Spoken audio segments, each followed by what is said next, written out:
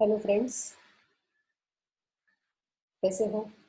उम्मीद है आप सुरक्षित हो, स्वस्थ हो और घर पर हो। आज मैं दूसरा वीडियो लेकर आपके सामने प्रस्तुत हुई हूँ, जिसमें हम अपने पाठ्य पुस्तक का 10वां पाठ जो है महत्वाकांक्षा और लोभ, इसे आगे लेकर जाएंगे।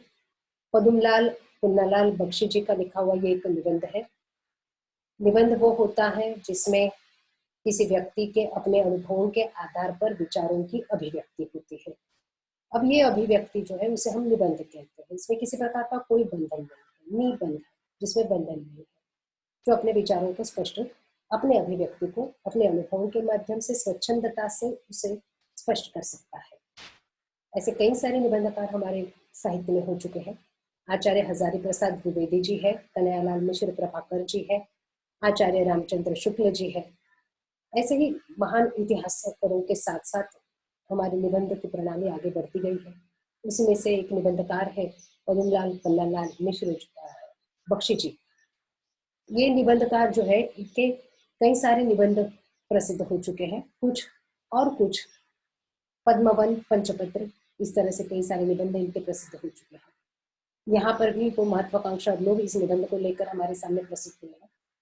ये जो निबंध है, इस निबंध में लेखक ने महत्वाकांक्षा और लोभ के अंतर को स्पष्ट किया। महत्वाकांक्षा क्या होती है? महत्व, अधिक आकांक्षा, इस तरह से ये शब्द बना है। जो महत्वपूर्ण आकांक्षा यानी इच्छा हो उसे हम महत्वाकांक्षा कहते हैं। अब ये महत्वाकांक्षा लोभ की ओर किस तरह से बढ़ जाती है? महत्वाकांक्षा बुरी नहीं होती है, महत्वाकांक्षा अच्छी होती है कि किसी अच्छे काम के लिए, किसी अच्छे बातों के लिए अगर हम महत्वाकांक्षी है तो ठीक है, जिससे हमारी तरक्की होती है। लेकिन धीरे धीरे ये रुकने का नाम नहीं लेती और बढ़ती जाती है, तो वो लोभ में परिवर्तित हो जाती है। लेखक ने अपने इस निबंध में एक कथा बताई और कथा के माध्यम से वो निबंध आगे बढ़ाते हैं। इस महत्वाकांक्षा और लोभ के अंतर को उन्होंने इस कथा के माध्यम से बताया है। बहुत सुंदर कथा बताइए। हम इस पहले वीडियो में सिर्फ कथा पर बात करेंगे और मैं आपको कथा बताऊंगी, और दूसरे वीडियो में हम इस विषय पर चर्चा करेंगे। कथा है हमारे सामने महत्वाकांक्षा और लोभ, पदुमलाल पुन्नालाल बख्शी जी का लिखा हुआ निबंध है, जिसमें महत्वाकांक्षा के बारे में बताया है। कोई भी चीज अति बुराई की तरफ ले जाती है। अति से तो अमृत भी जहर हो जाता है, ऐसे कहा जाता है। तो अति महत्वाकांक्षा, अति लालसा, लालसा माने इच्छा है, मनुष्य को धस देती है, मनुष्य को बुराई की ओर धकेल देती है। उसके दुष्परिणामों को हमें सहना पड़ता है। इसी बात को उन्होंने कथा के माध्यम से बताया है। मछुए और मछुए की कथा है, और उस कथा के माध्यम से उन्होंने ये निबंध आगे बढ़ाया है। मछुआ और मछुई उसका प्रतीक है। जो ऐसे हमारे देश में कई सारे परिवार हैं जो दिन भर की कमाई के बाद अपने रात की रोजी रोटी उन्हें नसीब होती है। तो ऐसे जो अभावग्रस्त जीवन जीने वाले लोग हैं, उनकी जिंदगी कुछ इस तरह से होती है कि जहां पर दिन भर की कमाई के बाद रात का खाना नसीब होता है, तो वो अपने भविष्य के सपने संजो नहीं सकते। वो सिर्फ अपने वर्तमान जीवन को सहते रहते हैं।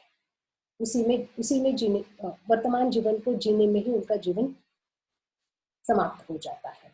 भविष्य के सपने देखना उनके नसीब में नहीं। ऐसे ये जो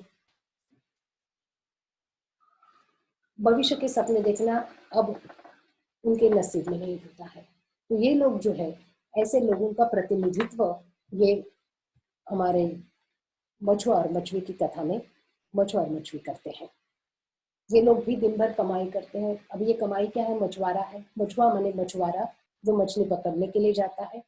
और मछुई यानी उसकी पत्नी है। यहाँ पर हम देखते हैं कि मछुआ पुल्लिंग है तो मछुए स्त्रीलिंग है। जैसे आपके प्रश्न जो होंगे कृति पत्रिका, उसमें बहुत सारे प्रश्न आते हैं। जैसे आपको पूछा जाएगा कि विलोम शब्द बताइए, और मछुआ दिया तो मछुआ का विलोम शब्द है मछुई। मछुई यानी मछुआ की पत्नी।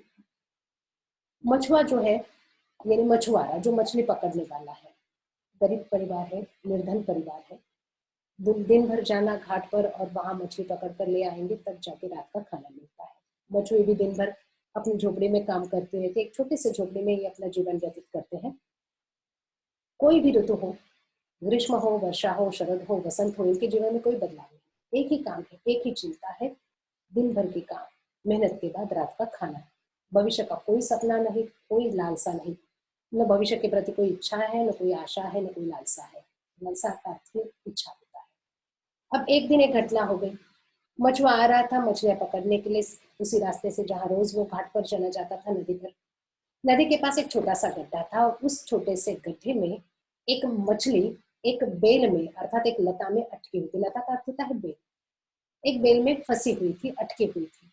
वह किसी तरह से स्वयं को अपने उस पानी में नहीं ले जा सकती थी, तो उसने राह चलते उस मछुआरे को पुकारा, मछुआ मछुए इधर तो आ। मछुए ने उसके पास जाकर बोला कि क्या है। मछली ने कहा कि मैं बहुत छोटी सी मछली हूँ, मैं यहाँ इस बेल में फंसी हुई हूँ, अटकी हुई हूँ, किसी तरह से तू मुझे यहाँ से निकाल ले और पानी में पहुंचा दे। मछुआ नीचे उतरा उस गड्ढे में, उसने उस लता में अटकी हुई मछली को मुक्त किया और पानी में तैरने के लिए छोड़ दिया। कुछ दिन के बाद मछली ने फिर उसे पुकारा, वो वहीं से जा रहा था, मछुए मछुए इधर तो आ। मछुआ उसके पास पहुंचा और उसने कहा, मछली ने कहा कि सुनती हूँ कि नदी में बहुत पानी होता है, मुझे नदी में पहुंचा दे, मैं तो तेरी तरह चल नहीं सकती, तू कोई ऐसा उपाय कर कि मैं नदी तक पहुंच जाऊं। मछुआ मछुए ने कहा, इसमें कौन सी बड़ी बात है। उसने अपने पास जो बर्तन था, जो वो हमेशा नदी पर मछली पकड़ने के लिए ले जाया करता था, उस बर्तन में उसने पानी भरा और उस पानी में उस मछली को रखकर उसने नदी तक उसे पहुंचा दिया। मछली नदी तक सुरक्षित पहुंच गई तो बहुत खुश हुई, आनंद से वो तैरने लगी। कुछ दिन बाद बीत गए। मछली ने मछुए को पुकार कर कहा कि मछुए, तू रोज यहीं आकर 1 घंटा बैठा कर, तेरे आने से मेरा मन बहल जाता है। मछुए ने कहा ठीक है। वो रोज उसी घाट पर पहुंचता था और 1 घंटा बैठा करता था। अब कभी कभी वो अपने घर से आटे की गोलियां बनाकर भी ले जाता था। उसे खाकर मछली बहुत प्रसन्न हो जाती थी। मछुए ने एक दिन ऐसे ही वो बैठा हुआ था उस घाट पर, आ, गोलियां लेकर गोलियां दी, मछली खुश हो गई। घर लौटा। घर लौटने के बाद पत्नी ने पूछा, मछुए ने पूछा कि तुम रोज उसी घाट पर क्यों जाते हो। मछुए ने उसकी सारी कथा बताई, वो सारी कहानी बताई कि किस तरह से उसकी मुलाकात उस मछली से हुई थी। मछली ने सारी बातें सुनी तो वो चकित हो गई। चकित होना मुहावरा है, हैरान होना। अब उसने पूछा कि मछुए ने जब जब सारी कथा बता दी तो मछुए ने मछुए से कहा कि तुम बड़े निर्बुद्धि हो। निर्बुद्ध, मूर्ख, नासमझ हो, बुद्धिहीन हो। वह क्या साधारण मछली है, वह कोई देवी शक्ति है। वो कोई देवी होगी जो मछली के रूप में आई होगी। जाओ उससे कुछ मांगो, वो तुम्हारी इच्छा पूरी करेगी। मछुआ फिर नदी के तट पर पहुंचा। तट तट का अर्थ होता है किनारा। उस नदी के तट पर वो पहुंचा तो मछली को उसने पुकारा और कहा, मछली मछली इधर तो आ। क्या है। मछली उसे कहती है। मछुए ने कहा कि हम लोगों के लिए क्या तू एक अच्छा सा घर नहीं बना देगी। मछली ने कहा, जा, तेरे लिए घर बन गया। तेरी मछली घर में बैठी है। मछुआ घर पहुंचा। उसने देखा कि सच में अब उसके घर की जगह पर, उस झोपड़ी की जगह एक बड़ा सा घर बना हुआ था और उसकी मछली उस घर में थी। खाने पीने मछुए कुछ दिन बीतते गए। मछुए ने कहा कि घर तो बन गया, लेकिन घर से क्या होता है, खाने पीने के लिए भी तो कुछ तो चाहिए। क्यों ना तुम मछली से धन मांगो। मछुआ फिर नदी के तट पर पहुंचा। मछली को पुकार कर उसने कहा, मछली मछली इधर तो आ। मछली ने फिर पूछा, क्या है।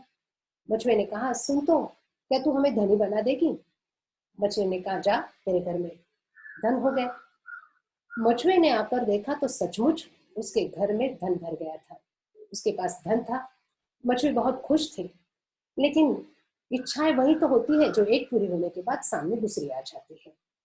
एक एक इच्छा पूरी हुई कि मनुष्य की वो इच्छा से मन निकल जाता है बाहर और दूसरी इच्छा में रम जाता है। अब मछुए ने फिर एक मांग की। उसने कहा, इतने धन से क्या होगा, जाओ मछली से कहो कि हमें राजवैभव चाहिए।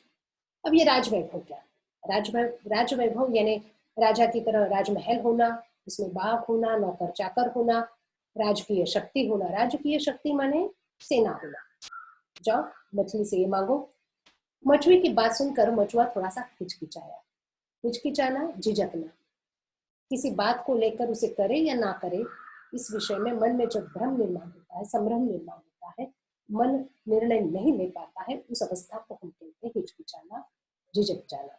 उसने कहा, जो है वही बहुत है हमारे पास। लेकिन मछली उसकी बात सुनने के लिए तैयार नहीं थी। उसने कहा कि नहीं, मैं जानती हूँ उसमें बहुत दैवी शक्ति है, हम जो कहे वो उसे पूरा कर सकती है, और वो तुम्हारी इच्छा पूरी करती है, तो क्यों ना तुम उसे राजकीय वैभव मांगो। अब मछुआ पहुंच जाता है फिर घाट पर, मछली को पुकारता है। अब डरते हुए वो मछली से बड़े धीमे स्वर में कहता है कि क्या तुम मछली को रानी बना देगी? मछली ने कहा, अच्छा जा, तेरी मछली रानी बन गई है, रानी बनकर महल में घूम रही है। मछुए ने आकर देखा कि सचमुच उसे राजकीय वैभव मिल गया था, उसकी मछली रानी बन चुकी थी। अब दिन बीतते गए।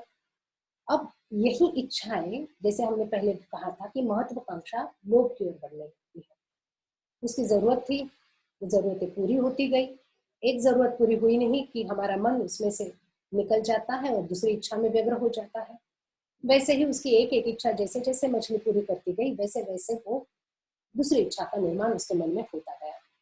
अब जो हो गया था, जितना मिला था वो बहुत था उसके लिए, लेकिन नहीं, अगर इस तरह से रुकेगा तो मनुष्य मनुष्य नहीं कहलाता है, क्योंकि उसकी इच्छाएं, मनुष्य की इच्छाएं कभी खत्म नहीं होती।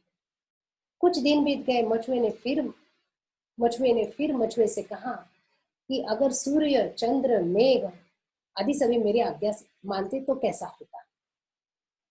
अब इस तरह की मांग, यानी साक्षात सृष्टि पर अपना अधिकार जताने की मांग थी। उसने पुनः मछुए को उसकी इच्छा के विरुद्ध मछली के पास भेज दिया। मछुए की बात सुनकर अब मछली रुष्ट हो गई। रुष्ट होना, नाराज होना, क्रोधित होना। जा जा अपनी उसी झोपड़ी में रहे। एक क्षण में राजा का रंग कैसा होता है, कैसे होते हैं, ये हम इस कथा से समझ लेते हैं। मछुआ मछली दोनों फिर उसी टूटी फूटी झोपड़ी में रहने लगे। कहानी का अंत यही हो जाता है। यहाँ कहानी का अंत होता है, लेकिन ये कहानी का अंत यही रुकता नहीं है, हमें सोचने के लिए मजबूर करता है कि जो हुआ वो ठीक हुआ या नहीं हुआ। मछुए ने जो किया वो सही था, मछुए ने जो मांग की वो सही थी, या मछली ने उनके साथ जो किया वो सही था। एक क्षण में जिसके हर इच्छा पूरी करते करते उसे राजा बना दिया, वहीं एक ही क्षण में उस मछली ने उसे रंक में बदल दिया। यहाँ हमारी कहानी का अंत हो जाता है। यहाँ मैं अपना पहला वीडियो समाप्त कर रही हूँ। दूसरे वीडियो में हम फिर से मिलेंगे, जहाँ पर इसी कहानी को, इसी निबंध को, इस कहानी के अंत को लेकर आगे चर्चा करेंगे कि जो हुआ वो सही हुआ या नहीं हुआ। उम्मीद करती हूँ आप घर पर होंगे, सुरक्षित होंगे, सावधान होंगे, और इस उम्मीद के साथ मैं आपसे विदा लेती हूँ। धन्यवाद।